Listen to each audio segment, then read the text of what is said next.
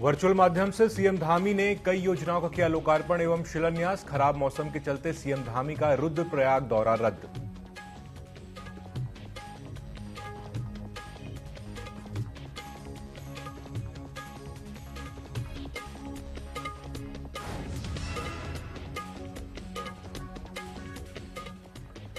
SSP ने किया coronation तथा दून हॉस्पिटल की सुरक्षा व्यवस्थाओं का जायजा। अस्पताल प्रबंधन से वार्ता कर सुरक्षा व्यवस्था के संबंध में मिली जानकारी।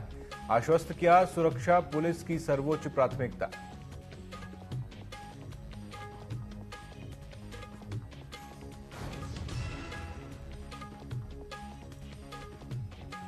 बादल फटने से हल्द्वानी में मची तबाही। लोगों के घरों में घुसा भारी मलबा। मलबे की चपेट में कई वाहन क्षतिग्रस्त। प्रशासन मौके पर पहुंचकर बचाव राहत कार्य में जुटा।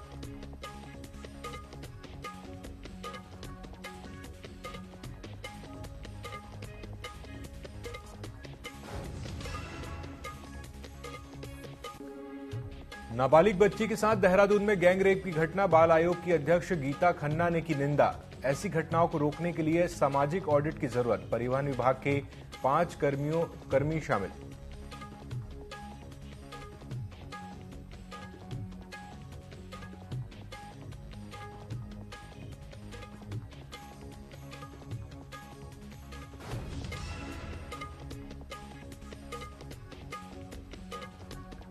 नर्स रेप हत्याकांड को लेकर कांग्रेस कार्यकर्ताओं ने दिया धरना। परिजनों को पुलिस ने बैरिकेडिंग लगाकर रोका। पुलिस ने एक आरोपी को किया गिरफ्तार।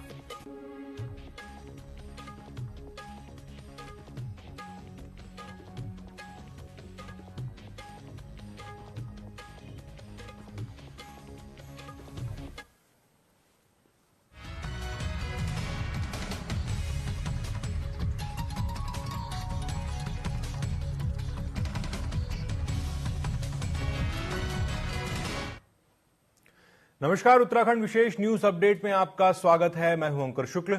हेडलाइंस के बाद चलिए अब देखते हैं खबरें विस्तार से।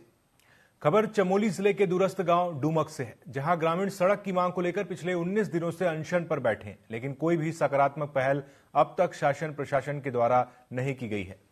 गांव की सबसे बुजुर्ग महिला, बच्ची और 90 वर्षीय भजन सिंह भी सड़क की मांग को लेकर धरने पर बैठे हैं। वहीं बताया जा रहा है कि कई वर्षों से लगातार ग्रामीण सड़क की मांग कर रहे हैं, लेकिन उन्हें आश्वासन के अलावा आज तक कुछ नहीं मिला। कई बार शासन प्रशासन से गुहार लगाने के बावजूद भी कोई सकारात्मक पहल नहीं की गई।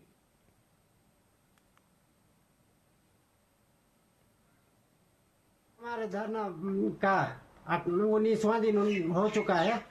अभी तक शासन प्रशासन द्वारा कोई ठोस निर्णय नहीं लिया गया है। और हमारे बीच श्रीमती बच्ची देवी जो 100 साल की है और वटन सिंह नेगी जो 90 साल के हैं, और इनका स्वास्थ्य धीरे धीरे खराब होते जा रहा है और इसकी संपूर्ण जिम्मेदारी शासन प्रशासन की रहेगी। देहरादून के वरिष्ठ पुलिस अधीक्षक ने कोरोनेशन और दून हॉस्पिटल का भ्रमण किया। वहीं अस्पताल प्रबंधन ने बात कर सुरक्षा व्यवस्था के संबंध में जानकारी ली गई।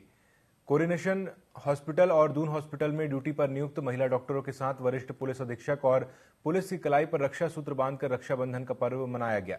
इस दौरान एसएसपी ने अधिकारियों को अस्पतालों की सुरक्षा व्यवस्था के लिए अतिरिक्त पुलिस बल नियुक्त करने के निर्देश दिए।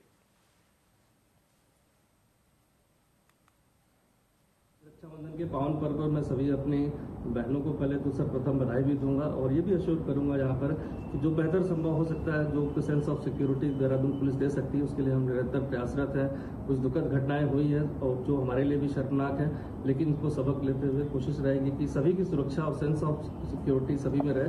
और इसी क्रम में आज दून अस्पताल और कोरोनेशन हॉस्पिटल में जो भी हमारी नर्सेस बहनें और जो डॉक्टर्स हैं जो दिन रात काम करती हैं, विषम परिस्थितियों में करती हैं, उनमें कहीं ऐसी कोई भय की भावना ना हो। तो आज रक्षाबंधन में not as a police man के साथ साथ एज अ ब्रदर के रूप में भी पुलिस के जो हमारे यहाँ के कर्मचारी हम लोग गए और उनको आश्वासन भी दिया है। पिथौरागढ़ के मल्ला भैंसकोट राजकीय इंटर कॉलेज से निलंबित शिक्षक घिसियावन प्रसाद जिज्ञासु का मुख्य शिक्षा अधिकारी को धमकाने का मामला तूल पकड़ चुका है। इस विवाद के विरोध में पूरे कर्मचारी और शिक्षक एक सप्ताह से धरने पर हैं और अब चंपावत में भी धरना दिया जा रहा है। एजुकेशनल मिनिस्ट्रियल ऑफिसर्स एसोसिएशन के अध्यक्ष नागेंद्र जोशी की अध्यक्षता में सभी ने निलंबित शिक्षक की तत्काल गिरफ्तारी और उससे जिले से बाहर करने की मांग की है।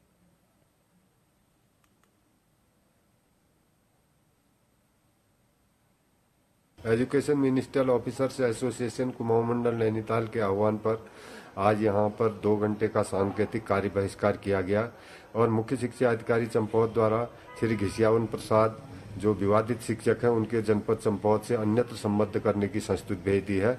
यहां उपस्थित समस्त शिक्षक और कर्मचारी संगठनों के प्रतिनिधियों की एक ही मांग है कि श्री घिसियावन प्रसाद जी को सामाजिक सौहार्द बनाए रखने के लिए कुमाऊं मंडल से अन्यत्र स्थानांतरित किया जाना बहुत ही आवश्यक है। यदि विभाग के अधिकारी इनका कुमाऊं मंडल से बाहर स्थानांतरण नहीं करते हैं और भविष्य में इनके विरुद्ध कोई आंदोलन किया जाता है तो इसे शिक्षा विभाग के उच्च अधिकारी जिम्मेवार रहेंगे।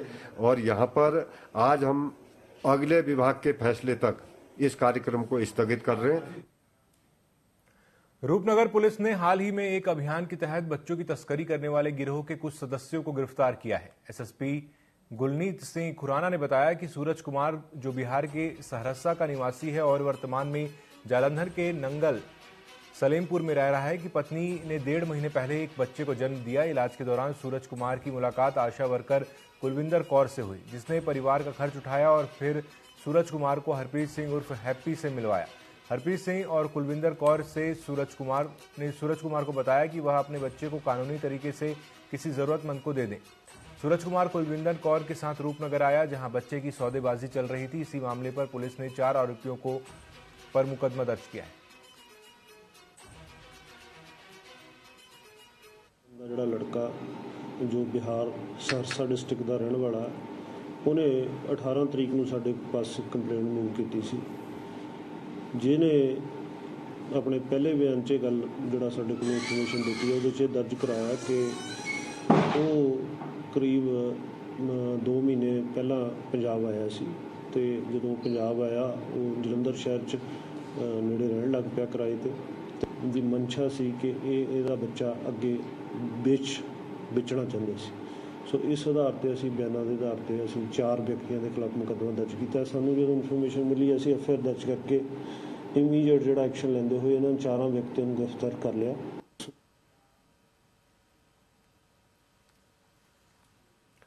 फरीदाबाद के आदर्श नगर बल्लभगढ़ में कल रक्षाबंधन का दिन का एक मामला सामने आया है, जहां 2 नकाबपोश बदमाश बाइक पर सवार होकर उसके घर पहुंचे। इन बदमाशों ने घर में घुसकर युवक को गोली मार दी।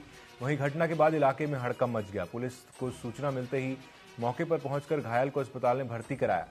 पुलिस ने मामले की जांच शुरू कर दी है और बदमाशों की तलाश भी की जा रही है।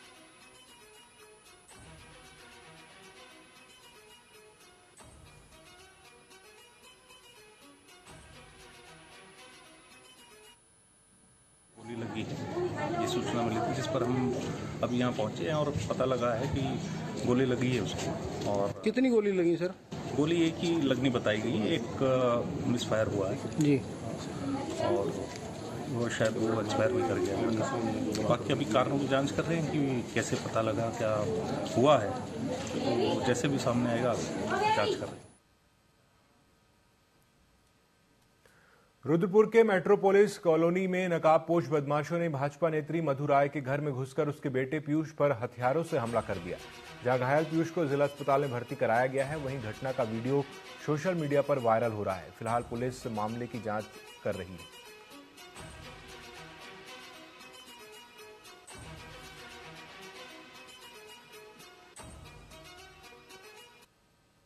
थाना पंतनगर क्षेत्र में वहाँ पर एक युवक के साथ मारपिटाई हुई।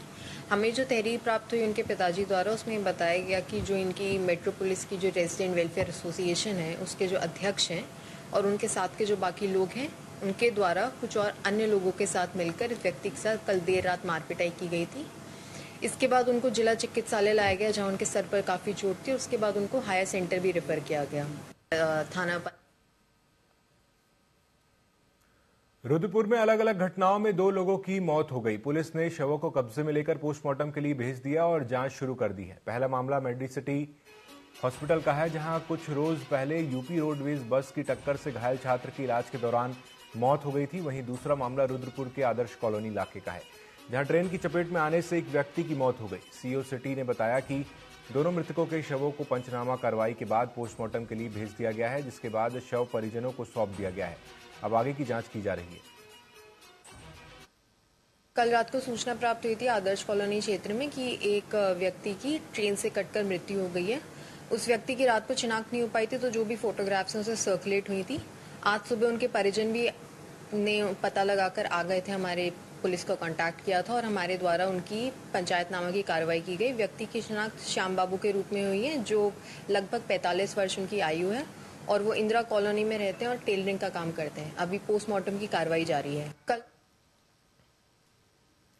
राहुल गांधी भुआलपुर सिसनी गांव पहुंचे, जहां उन्होंने दलित परिवार से मुलाकात की और दलित युवक की हत्या को लेकर मृतक के परिजनों के साथ का ढांढस बंधाया। बता दें कि मामले में दलित परिवार को धमकाया गया है और कोई कार्रवाई भी नहीं हुई है। इसे लेकर राहुल गांधी ने बड़ा बयान देते हुए कहा कि दलित युवक की हत्या पर राहुल गांधी ने यूपी में सबको न्याय मिले, मैं यहां दलितों की रक्षा करने आया हूं।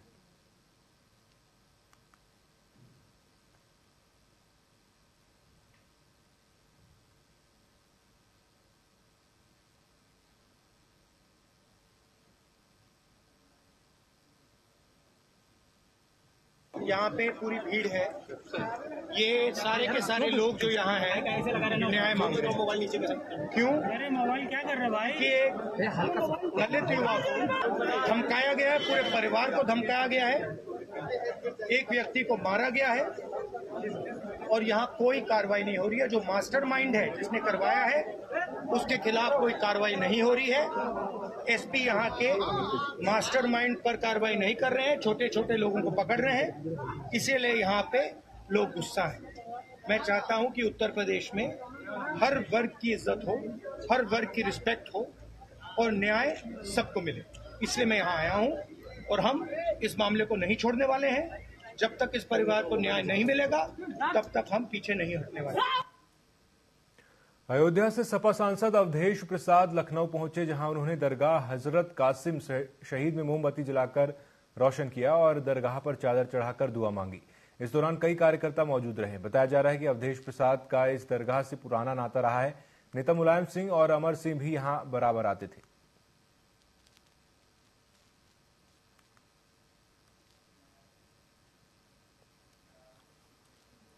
बहराइच जिले के ग्राम पंचायत टेडवा बसंतपुर गांव में नाली और चुनावी रंजिश के विवाद में दबंगों ने महिला ग्राम पंचायत प्रधान और उसके 2 बेटों के साथ मारपीट की, जिसकी सूचना मिलते ही पुलिस मौके पर पहुंची और घायलों को मेडिकल कॉलेज में भर्ती कराया। फिलहाल पुलिस मामले की जांच में जुट गई।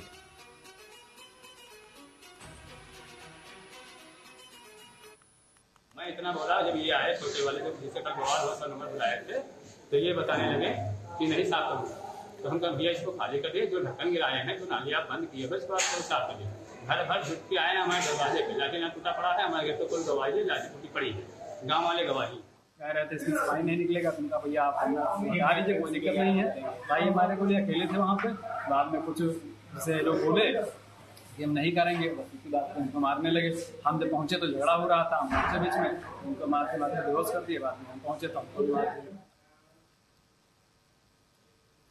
बुलंदशहर के हीरापुर में मिठाई की दुकान को लेकर पूर्व प्रधान रविंद्र और बीडीसी हरेंद्र के बीच विवाद बढ़ने से दोनों पक्षों के बीच जमकर मारपीट और फायरिंग हो गई। फायरिंग में बीडीसी हरेंद्र समेत 2 लोग घायल हुए, जिन्हें मेरठ के हायर मेडिकल सेंटर रेफर कर दिया गया। घटना के दौरान एक व्यक्ति की मौत हो गई। पुलिस ने मौके पर पहुंचकर पूर्व प्रधान और 4 अन्य को हिरासत में लिया और एफआईआर दर्ज की है।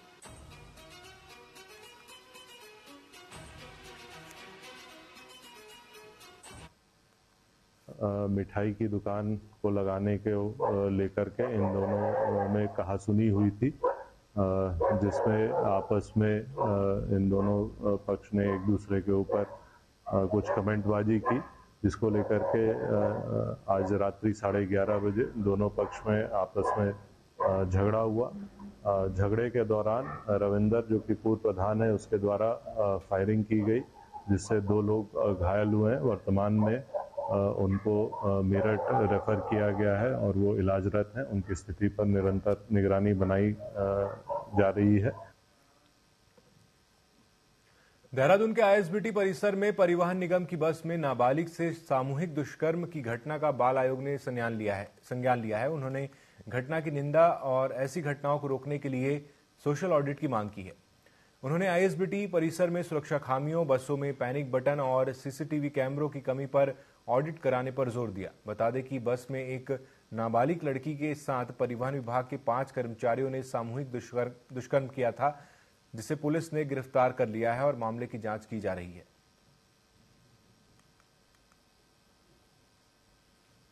ये तो सामाजिक ऑडिट की ज्यादा जरूरत है इसमें जी। कैसे होगा जब कोई बच्ची की मदद करने के भाव से ना काम करके उसका इस्तेमाल, और खाली मैं ना करूं मतलब ऐसे औरों को भी उसमें मैं संतलिप्ता कर लूं। जब लोगों में ऐसा भाव रहेगा तो कैसे हमारी बच्ची सुरक्षित रहेगी। देखिए कहीं ना कहीं कुछ लोग में अभी भी है, अल्टीमेटली तो गार्ड ने ही उसकी मदद करी, हेल्पलाइन पे फोन करा और CWC के हवाले करा।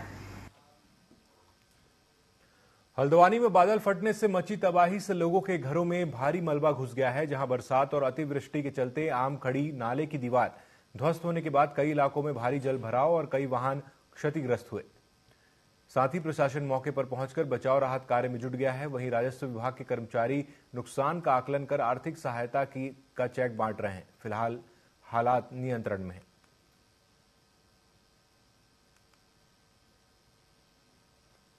आमखड़ी नाले की एक दीवार टूट गई थी, जिससे भारी मात्रा में मलबा और पूरा पानी ये कृष्णा विहार, गायत्री विहार और इस क्षेत्र में भर गया था। सुबह से रात भी बचाव कार्य शुरू कर दिए गए थे। रात ही पोकलैंड मशीन और जेसीबी मशीनें लगा दी गई थी। वर्तमान में भी पोकलैंड मशीन से दीवार निर्माण का कार्य चल रहा है और मलबा शिफ्टिंग का काम भी चल रहा है। इसके अलावा नगर निगम की टीमें रास्तों की सफाई करने में लगी हुई हैं। राजस्व विभाग की टीमें चिन्हीकरण करते हुए सभी लोगों को जो अहेतुक राशि है उसका वितरण कर रही है। अभी तक लगभग 86 परिवारों का चिन्हीकरण किया जा चुका है और मौके पर ही चेक वितरित किए जा रहे हैं। और चमोली के नगर क्षेत्र गोचर की विभिन्न समस्याओं का निराकरण की मांग को लेकर नगर कांग्रेस का धरना प्रदर्शन चौथे दिन भी जारी रहा। आपको बता दें कि प्राथमिक स्वास्थ्य केंद्र की उच्चीकरण, गोचर के ऐतिहासिक फील्ड के सौंदर्यीकरण, मिनी स्टेडियम का निर्माण सहित 16 सूत्री मांगों को लेकर प्रदर्शन किया जा रहा है। उनका कहना है कि जब तक उनकी मांगें पूरी नहीं होती तब तक उनका प्रदर्शन जारी रहेगा।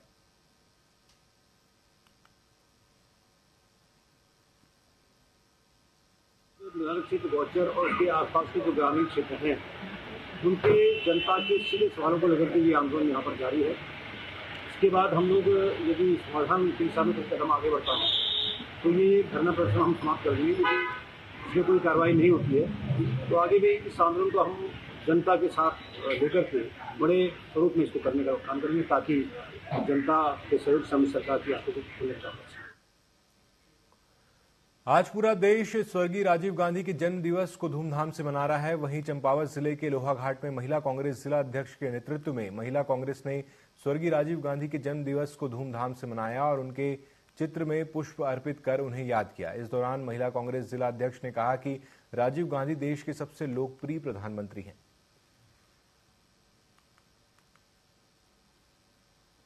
वो जो थे एक बहुत दूरदर्शिता और संघर्षशील हमारे बीच के थे। वो हमारे प्रधानमंत्री रहे जो उनकी बहुत ऊंची सोच थी, जो कि लोग आज भी उनकी सोच को नहीं पकड़ पा रहे। सूचना क्रांति के रूप में, पंचायतों को मजबूत करने के रूप में, युवाओं को मताधिकार का प्रयोग 18 वर्ष में देने के रूप में तथा जितनी भी समस्याएं थी देश की अशांति की, उन्होंने सब समझौता करके देश में एक नई दिशा देने का काम किया। पुनः हम सशक्त नमन करते हैं। देहरादून के नेहरू कॉलोनी थाना पुलिस ने रिटायर्ड इंजीनियर के घर हुई लाखों की चोरी का खुलासा किया है। जहां इस मामले में पुलिस ने पंजाब निवासी 2 आरोपियों को गिरफ्तार किया है, जिनसे 40 लाख रुपए के गहने और डॉलर भी बरामद किए गए हैं। फिलहाल पुलिस मामले को लेकर जांच कर रही है। और इनके यहाँ से 60,000 कैश और करीब उन्होंने जो लिखाया था उसमें 30 से 32 लाख रुपए की ज्वेलरी जो बताई थी उन्होंने, उस पर मुकदमा दर्ज कर लिया गया था। क्योंकि एक बहुत बड़ी घटना थी, इतनी बड़ी मतलब इसमें जो अनुमानित जो मूल्य था वो ज़्यादा था।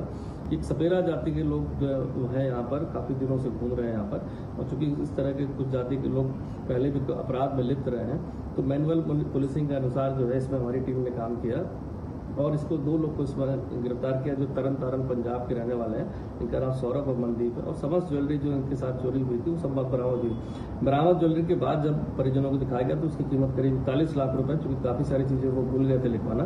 एक बहुत बड़ी चोरी का। देहरादून में कांग्रेस ने पूंजीपति को संरक्षण दिए जाने और विपक्षी दल के नेताओं के खिलाफ केंद्रीय जांच एजेंसियों के दुरुपयोग का केंद्र सरकार पर आरोप लगाया है, जहां उन्होंने 22 अगस्त को विशाल धरना प्रदर्शन के साथ ईडी कार्यालय के घेराव का ऐलान किया है। इसके लिए प्रदेश अध्यक्ष करण माहरा की ओर से पार्टी के वरिष्ठ नेताओं को जिम्मेदारी सौंपी गई है। हिंडनबर्ग और जो अडानी का मामला आया है, सेबी में जो महा घोटाला सामने आया, उसके खिलाफ कांग्रेस पार्टी पूरे देश में देशव्यापी आंदोलन करेगी और 22 तारीख को उत्तराखंड कांग्रेस कमेटी देहरादून में ईडी कार्यालय का घेराव करेगी। उसमें सारे कांग्रेस के कार्यकर्ताओं को बुलाया गया है। प्रदेश भर के कार्यकर्ता यहां जमा होंगे और ईडी कार्यालय का घेराव करेंगे और भारतीय जनता पार्टी की केंद्र सरकार की ईंट से ईंट बजाने का काम करेंगे। हिंडनबर्ग। तो इस बुलेटिन में अभी के लिए इतना ही। खबरों में अपडेट रहने के लिए आप जुड़े रहिए टीवी 24 के साथ। नमस्कार।